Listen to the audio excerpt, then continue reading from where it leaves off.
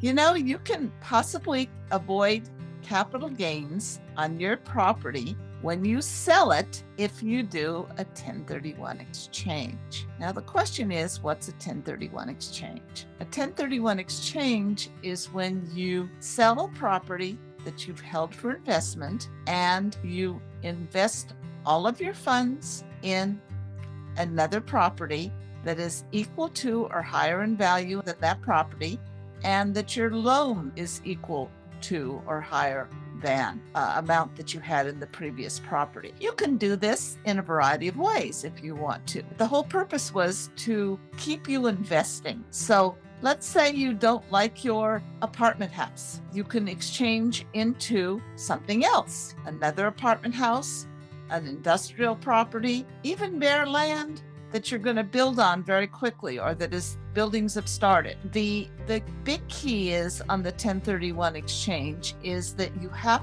to identify your property or properties within 45 days of when you close escrow on your investment that you are selling, and you must then close on that property within 180 days after you closed escrow on your first property. This is under IRS 1031. It's been around a long time, and if you follow the rules, then you can avoid your taxes, and you can do it many times. Let's say a few years later, you want another property, or you want to sell the property or properties that you've acquired, one or more, and acquire another property, a different kind, or even the same type. It increases your wealth. The other key is, if you are an individual and you want to exchange, therefore saving your capital gains or postponing it forever, when you're going to perform these exchanges, you must make sure that you do it in the same name that you have your downside property. In other words, if you own your industrial park in a corporation, you need to exchange into the new property in the same name of the corporation. Or let's say that you are holding a small apartment house in your personal name. Then when you sell it and acquire the other property, you need to have it in your personal name. Now, the big key here is that you can't touch that money. Let's say that you have $500,000 in cash coming out of the property you're selling. You cannot touch it. You can't get interest on it. You can't put it in your bank account and immediately buy the other property.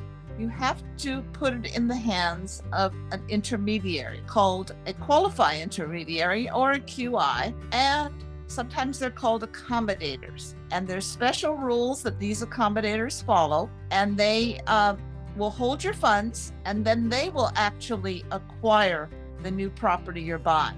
You can sign all the papers, but then it gets transferred by a special form to the accommodator who actually completes it.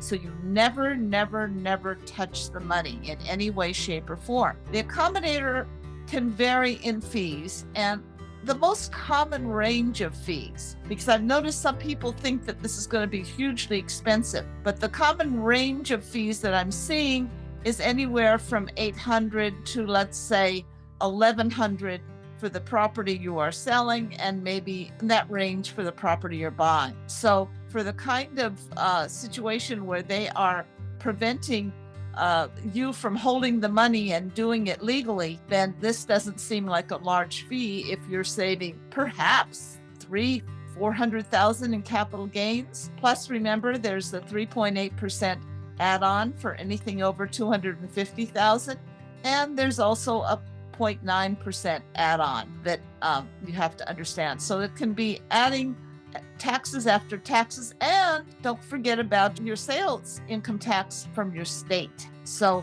there's some interesting things going on. If we haven't met, I'm Maxine Golden, and I'm the 1031 exchange lady. And what I do is I help you to save your capital gains taxes by understanding the rules and helping you coordinate when you sell an investment property and acquire another one.